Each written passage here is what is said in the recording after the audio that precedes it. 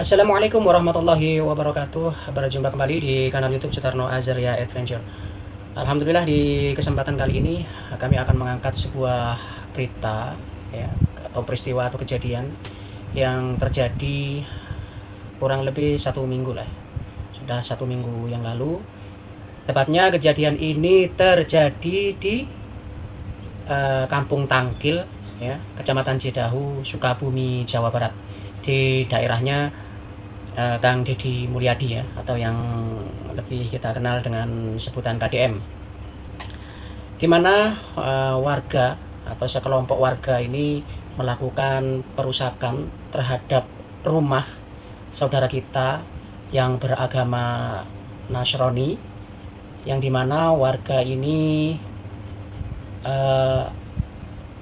entah siapa yang menggerakkan ya, sehingga sampai terjadi insiden seperti ini, di mana diduga bahwa rumah tersebut ini dijadikan sebagai sarana rumah ibadah. Baik, seperti ini beritanya. Kami ambilkan dari kanal YouTube Warta Kota Production. Forkopimcam Cidahu buka suara perihal perusakan bangunan di Cidahu, Sukabumi, Jawa Barat yang digunakan sebagai aktivitas keagamaan. Lewat video yang dibagikan Minggu 30 Juni, tidak ada pernyataan maaf dari poin-poin yang dibacakan atas perusakan bangunan tersebut. Ada 6 poin yang dibacakan dalam pernyataan perusakan bangunan di Cidahu. Namun tidak ada poin permintaan maaf atas perusakan bangunan yang sempat viral di media sosial. Poin pertama ialah mengungkapkan situasi dan kondisi di wilayah Kecamatan Cidahu kondusif dan mereka siap memelihara Kamtipmas keamanan di wilayah Kecamatan Cidahu. Kemudian mereka juga memastikan peristiwa serupa tidak akan terulang kembali.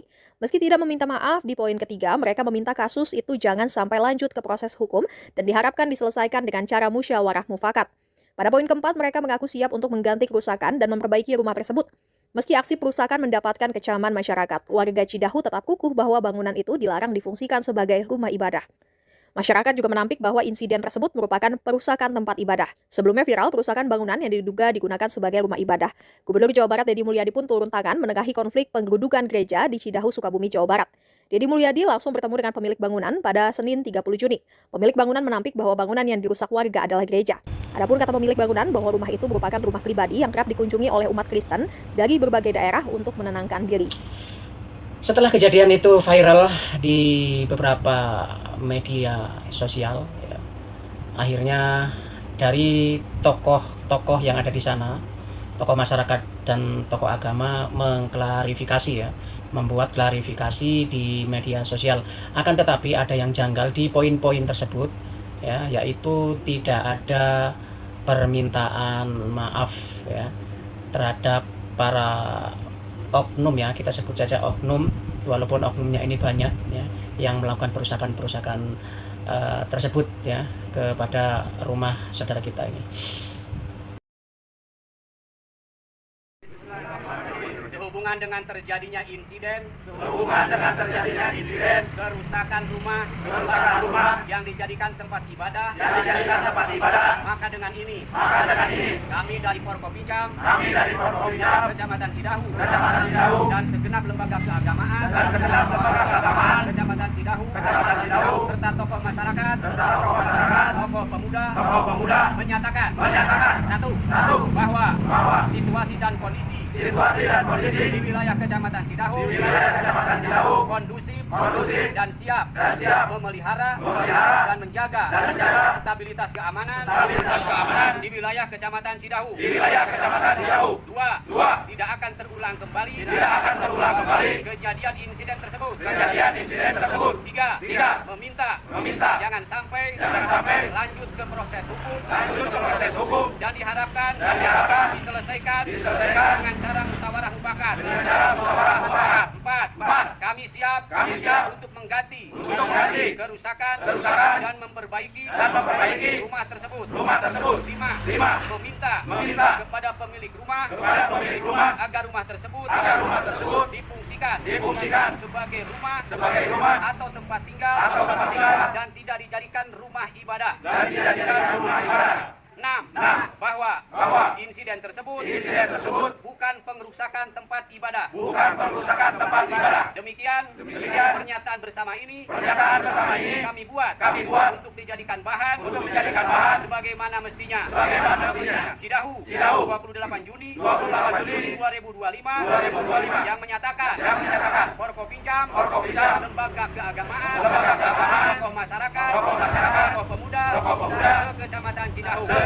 Jadi tokoh masyarakat di situ menyebutkan bahwa jangan sampai ini dilanjutkan proses hukum ya. Tapi yang namanya perusakan dimanapun itu terhadap siapapun itu sangat tidak dibenarkan di negeri kita ini. Jadilah ya wajar ya kalau sampai ini harus diproses hukum, dan alhamdulillah di sini Kang Deddy Mulyadi sebagai Gubernur Jawa Barat ya, karena ini terjadi di wilayah kekuasaan beliau ini akhirnya gerak cepat ya. Setelah kejadian ini viral, beliau ini gerak cepat dan bertandang ke lokasi kejadian tersebut, dan beliau siap mengawal kasus ini hingga selesai. Polres Pelabuhan Ratu Kabupaten Sukabumi akan bekerja berdasarkan fakta-fakta dan alat bukti yang ada, dan saya akan mengawal seluruh proses hukum itu agar berjalan secara baik, objektif, dan tuntas. Buat yang bertanya-tanya tentang kejadian yang ini, saya mau berbagi cerita pengalaman yang saya alami di sana. Kami sedang mengadakan retret dalam rangka liburan sekolah anak-anak, dan kebanyakan pesertanya adalah remaja dan anak-anak. Dan perlu diketahui bahwa kami tidak ada membangun gereja, ya karena tempat itu adalah villa pribadi, dan pemilik adalah kenalan kami. Pada saat kami sesi games, tiba-tiba kami mendengar suara keramaian di pagar. Orang gedor-gedor pagar, orang berteriak-teriak. Dan pada saat itu kami sangat kaget, karena tiba-tiba banyak batu-batu bertebaran, batu-batu dilempar, dan secara langsung mereka datang dan mengatakan kami harus keluar dari villa. Saat itu juga, saat itu kami semua shock, dan kami berusaha untuk tenang, dan berusaha untuk terus menggiring anak-anak untuk bisa tenang, dan kami keluar dari ruangan untuk masuk ke mobil. Dan pada saat itu kejadian begitu cepat, sampai anak-anak tidak bisa membawa pakaian mereka, membawa tas-tas mereka, membawa peralatan mereka. Mereka hanya kami piring sampai masuk ke dalam mobil. Dan pada saat kami mau keluar dari gerbang, semua mobil unit kami yang kami bawa dipukul-pukul dan lemparin batu, dibalik gores. Dan itu benar-benar membuat suatu trauma bagi anak-anak kami. Kejadian ini sungguh membuat trauma bagi kami, khususnya bagi anak-anak, di mana mereka mengalami langsung, melihat langsung, di mana kegiatan ini bisa berlangsung dengan damai, tapi terusik dan berakhir dengan kekerasan. Dan kami percaya setiap perbedaan untuk tidak saling menyakiti, tapi kita saling menghormati, saling menghargai satu dengan yang lain. Mari kita saling menghargai, mari kita saling membangun persaudaraan di antara kita, tanpa membandingkan, tanpa membedakan latar belakang, keyakinan, atau perbedaan lainnya. Karena pada akhirnya kita semua ingin hidup damai, saling menghormati, dan kita semua akan jadi pribadi-pribadi yang baik, semakin baik ke depannya. Dari kejadian ini, mari kita bangun generasi anak-anak yang cinta damai. Kita bangun generasi anak-anak yang saling mengasihi, saling menghargai, dan saling menghormati. Mari kita mengajarkan kepada anak-anak kita, bukan kebencian, tapi kita memberikan kasih, saling mengampuni, bukan membalas kejahatan. Karena damai itu dimulai dari hati, dan cara kita memperlakukan sesama kita. Kabid Humas Polda Jawa Barat dan polisi sudah menetapkan 7 tersangka dalam perusakan ini. Ini akan menyampaikan perkembangan daripada proses penindakan hukum di Cicahu, Sukabumi. Kita ketahui bersama bahwa beredarnya video yang viral pengerusakan di rumah singgah yang dijadikan tempat ibadah ini dirusak oleh warga sekitar situ. Ini konflik memang yang dilakukan oleh warga sekitar rumah singgah yang dihuni oleh Ibu Maria Ina dan warga di situ. Dan namun adanya pengerusakan ini tentu saja tidak boleh dilakukan, tidak boleh sewenang-wenangan, dan kita kepolisian hadir untuk memberikan perlindungan untuk kebebasan umat beragama, yang untuk melakukan ibadahnya. Dan tentu saja ini menjadi catatan penting buat kita di hari 1 Juli ini kita berikan pelayanan cepat, penyidikan cepat, dan penindakan secara profesional, di mana kita telah menetapkan ada 7 tersangka dari pengerusakan ini, dan saat ini sudah diamankan di Polres. Ya, memang lokasinya di Polsek tapi diamankan di Polres, dan mereka saat ini sedang diperiksa peran-peran mereka apa saja. Ya, dari ke-7 ini memang kita tetapkan mereka pada pasal 170 KUHP, di mana itu isinya adalah tentang pengerusakan, dan kita sudah mengumpulkan banyak alat bukti, di mana di TKP itu alat-alat atau rumah yang sedang dirusak, yang sudah dirusak oleh mereka. Jadi intinya gini guys, kita sebagai seorang muslim itu jangan sampai terjadi yang namanya muslim emosional ya. Muslim emosional yang segala-galanya itu harus menyelesaikan masalah dengan emosi seperti itu. Jadi lebih baik kita itu berbicara ya, empat mata berbicara, saling nasihat menasehati, datang ke lokasi untuk melakukan cross check seperti itu yang harusnya dilakukan. Jadi tidak akan ada terjadi hal-hal seperti ini yang tidak diinginkan. Apalagi kita sebagai seorang muslim ini kan adalah seorang yang masyarakat mayoritas ya di negeri ini. Jadi dengan adanya sikap yang mayoritas ini, mari kita ingat kembali jauh ke belakang sana, yaitu di peristiwa ketika Rasulullah SAW itu meminta bantuan kepada Raja Najran, ya, Raja Najran untuk melindungi kaum muslimin. Ya. Di sana antara Rasulullah SAW dan Raja Najran ini terjadi yang namanya perjanjian, dan perjanjian ini disebut dengan perjanjian Najran. Ya. Jadi poin-poin dalam perjanjian Najran ini ya seperti ini. Inti dari perjanjian Najran itu sendiri adalah perlindungan jiwa, agama, dan harta benda, kebebasan beragama, tidak ada pemaksaan memeluk agama Islam, perlindungan tempat ibadah, perlindungan hak kekuasaan, tidak ada diskriminasi. Pentingnya perjanjian Najran adalah menunjukkan prinsip toleransi dan saling menghormati yang dianut oleh Nabi Muhammad SAW dan Islam terhadap agama lain. Perjanjian ini menjadi contoh penting dalam hubungan antar agama, menunjukkan bahwa perbedaan keyakinan tidak harus menjadi penghalang bagi perdamaian dan kerjasama. Penerapan perjanjian ini disepakati oleh Rasulullah Nabi Muhammad SAW wafat dan diteruskan oleh Amirul Mukminin Abu Bakar Siddiq untuk melanjutkan perjanjian tersebut. Perjanjian Najran memberikan gambaran jelas tentang komitmen Islam dalam menjaga hak-hak non-muslim dan menciptakan masyarakat yang inklusif. Nah, itu dia perjanjian Najran yang telah kami sebutkan tadi ya, poin-poin dan sebagainya itu. Nah, setidaknya ini kita sebagai umat muslim itu mengamalkan itu ya, agar terjadi sikap toleransi. Kalau yang seperti ini kan ya tentu kita ini sebagai umat Islam yang mayoritas dituduh sebagai pemeluk yang intoleran lah ya, intoleran, yang dimana kita itu selalu mengeluh-elukan atau menyuarakan jargon bahwa Islam itu adalah toleransi terhadap agama yang lain, seperti itu. Katanya toleransi. Ini nih toleransi nih.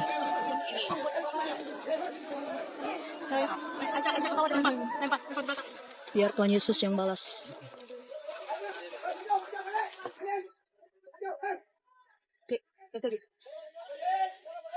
Agak disayangkan ya. Apa sih? Gila kau. Tolol. Kayak kalian aja yang hidup di dunia.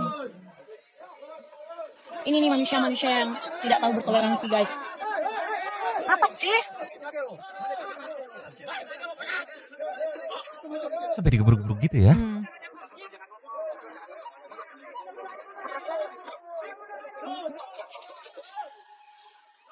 Gila. Apa sih? Ini nih muka-muka bahagia ini, guys. Ini. Lihat. Lihat. Bodat kau, bodat. Jadi rumah itu bukan rumah ibadah yang tanpa izin, tapi lebih tepatnya rumah itu dijadikan sebagai sarana retreat lah ya. Sarana retreat, apa itu retreat? Retreat itu semacam rumah singgah atau sementara. Kalau di dalam Islam itu boleh dikatakan inilah ya, yasinan ya. Kalau di warga NU kan demikian, ada yasinan, ada kegiatan di bulan Ramadan itu seperti pesantren kilat ya, untuk mengisi liburan. Kemudian ada juga kenduri ya, tahlilan ya, semacam itulah. Retreat itu rumah singgah sementara, jadi bukan kegiatan rutin atau kegiatan tetap. Jadi tidak tepat lah ya jika sampai terjadi sesuatu yang disayangkan ini, yaitu perusakan fasilitas rumah orang ya, rumah saudara kita yang beragama Nasrani. Nah, bagaimana kalau kita mengusulkan nih kepada saudara kita yang beragama non-muslim ya, terutama untuk yang Nasrani, kalau membuat suatu ibadah itu ya jangan nyanyi-nyanyi lah ya, jangan nyanyi yang seperti yang diketahui maknanya oleh kami orang Islam ya. Tapi bagaimana kalau diganti bahasa Arab saja seperti ini?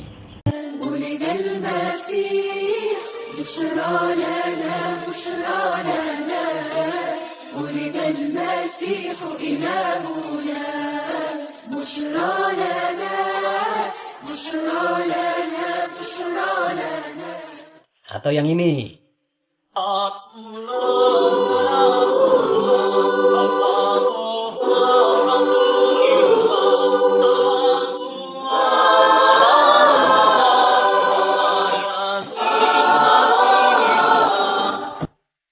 Dan toh banyak itu ya di panggung-panggung sholawatan menyanyikan lagu-lagu religi yang sebenarnya itu berasal dari agama lain, terutama dari agama Nasrani itu digunakan untuk sholawat di atas panggung. Jadi ya agar menjaga aman lah. Akan tetapi ya takutnya itu nanti dikira itu apa namanya penistaan agama. Takutnya seperti itu. Nanti dikira ini umat Kristen menista agama karena menyanyikan lagu-lagu religi berbahasa Arab. Padahal di Kristen sendiri di negeri Arab sana itu banyak ya dijumpai lagu-lagu religi umat Kristen yang itu berbahasa Arab. Mungkin kamu ingat nggak kasus yang menimpa Agnes Monica atau aktris Agnes Mo di tahun 2016 kalau tidak salah ya.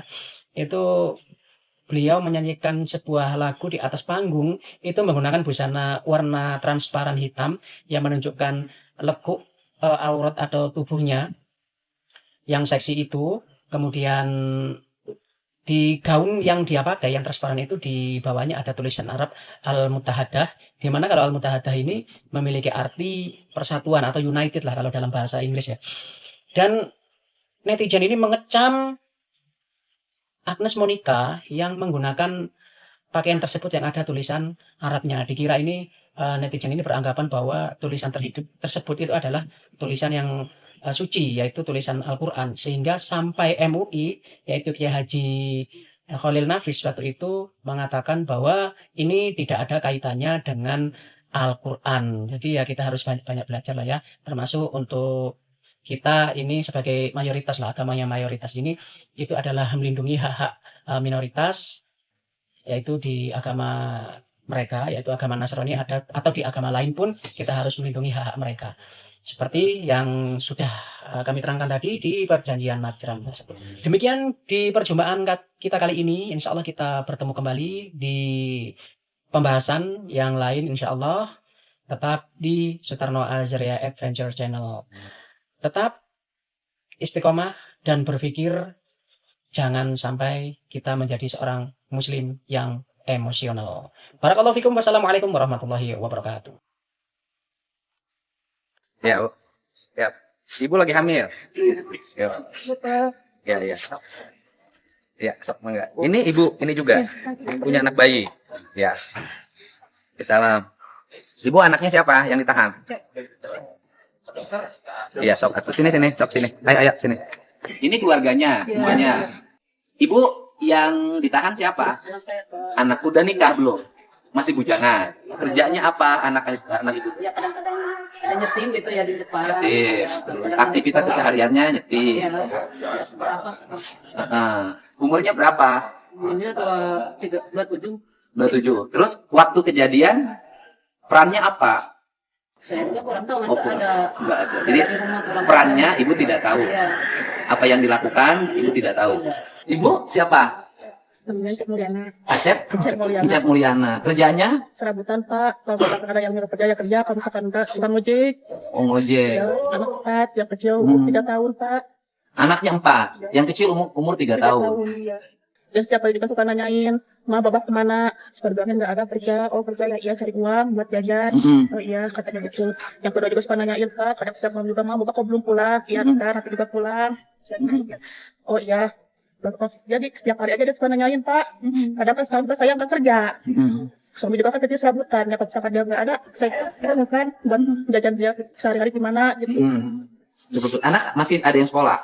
Ada yang sekolah 2 Di SD. SD. Punya ini lahir hamil anak berapa? 1 baru pertama. Pertama. Iya kemarin baru nikah. Iya. Masih pengantin dong? Iya. Berapa bulan? Ini 8 bulan, ini bulan depan mau melahirkan. Melahirkan. Saya juga bapaknya gimana nggak ada suami saya bingung. Soalnya saya juga mau ngelahirin gitu kayak itu persalinannya gimana kan nggak ada suami saya.